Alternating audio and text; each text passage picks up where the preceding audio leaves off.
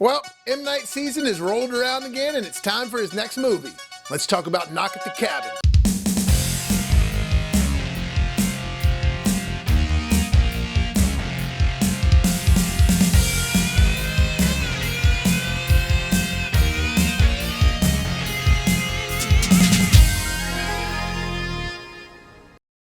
What up, guys? Bobo here with BrassReel Movie Reviews. Thanks for coming back for some more popcorn. Sorry it's been a minute since I put out a review. I got my Infinity Pool review coming out right after this. Just been busy with the ice storm and honestly just trying to make ends meet. So with that being said, subscribe to the channel and hit the like button. So Knock at the Cabin, the new movie directed by M. Night Shyamalan, starring Jonathan Groff, Ben Aldridge, Dave Bautista, Kristen Cui, I think that's how you say your name, Cui, and Rupert Grint, who was a badass. So, did I like it?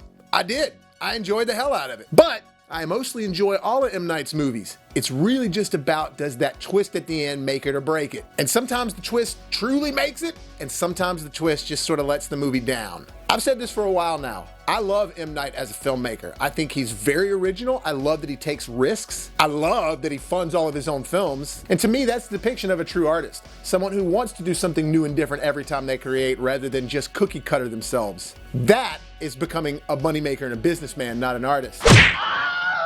Artists take risks, try new things, which is why I will always love and respect M. Night. And some of his movies, when they're awesome, they're badass. And then some of the other times, it's about that twist that sort of just takes the movie from being really enjoyable to just being okay. But the quality of this film and all of his films don't suffer. It's a great ride. It's tense the whole way through. All the acting from everybody's top notch. Camera angles and shots are all beautiful. The music is great. And there is a message behind this movie, for sure. But obviously I can't get into anything too much because it'll spoil the movie. That's the whole point about going to see an M. Night film, is by the end of it, you're like, what's the catch? And I have to say, this is one of the first ones I've seen where it wasn't really relying on a big twist. It was more or less you wondering, is what they're saying true or not? So the whole premise is that Dave Bautista, Abby Gwen, Nikki, and Rupert Grint, they all show up at this house of this family, two dads and their daughter, and they lay a proposition on the table. The proposition is, you guys have to decide between all three of y'all which one is gonna die, and if you don't, the world's gonna start ending. And there is more to it than that, as far as if they keep saying no, then they have to sacrifice one of themselves, the four crew that came and joined them, which is very obvious from the get-go that it's symbolism for the four horsemen. But the whole thing is they're not actually wanting to hurt these people. They're wanting them to decide which one of y'all is gonna die, and that's the other thing. If you want to be the one that dies and you want to like sacrifice yourself, you can't kill yourself. Your spouse or your daughter has to kill you. So it's definitely a horror film in the sense that, yes, a lot of people are dying over something that's a horrific situation, but it's not a slasher and it's not like a creepy, cabin in the woods movie. In fact, most of the movie takes place during the daytime. Hugely dialogue driven, lots of tense situational aspects going on, lots of flashbacks showing this couple and their daughter, and they're a same-sex couple who have adopted a daughter. Played by Kristen Cui, who's awesome. She plays little Wen. She's a badass little actor. You'll see more of her. But outside of some flashbacks in this movie, the two dads are tied to a chair the entire film, for the most part. And with all these flashbacks kind of intertwined throughout the film the whole way through, there's an element of the movie memento to it, like you're figuring more things out through the flashback. And M. Night wants you to think that there's this other underlying motive that could be there. Look, the whole movie is really enjoyable. Like I said, it's tense, the acting is good, the camera shots are good, the music is great. You find yourself on the edge of the seat. It's just about that ending that makes you like it or not. I feel like that there is a little bit of a metaphorical undertone for like people that are into cults and sort of believe what they start hearing too much.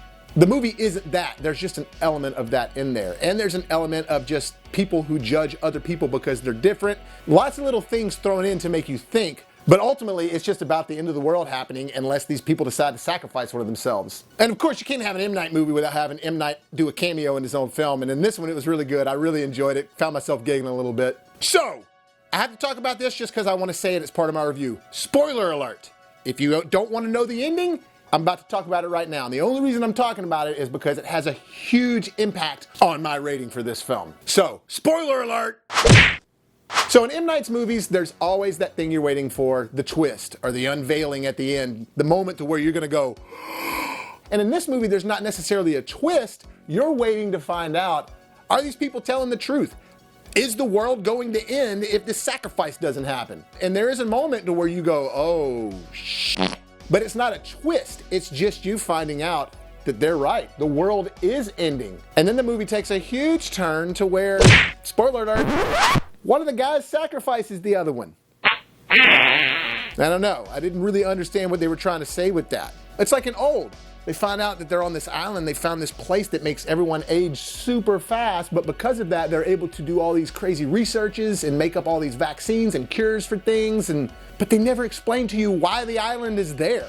And the same thing with this one. It turns out that they're right. They're telling the truth. The world is coming to an end unless they make the sacrifice, but they don't tell you why. They don't tell you who's behind it. They don't give you any sort of explanation.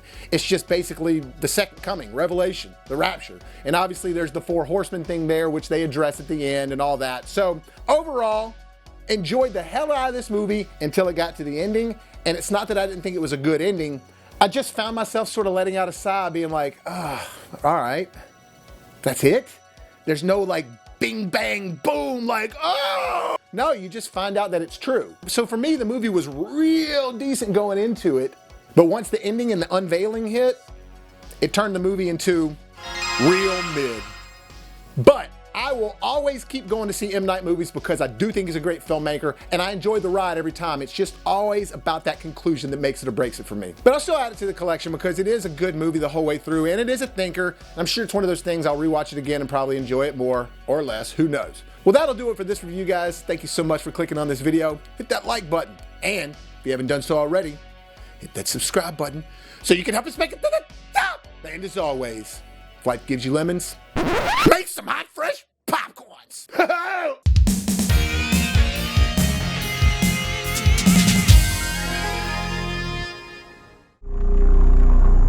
My name's Leonard. Well, it's nice to meet you.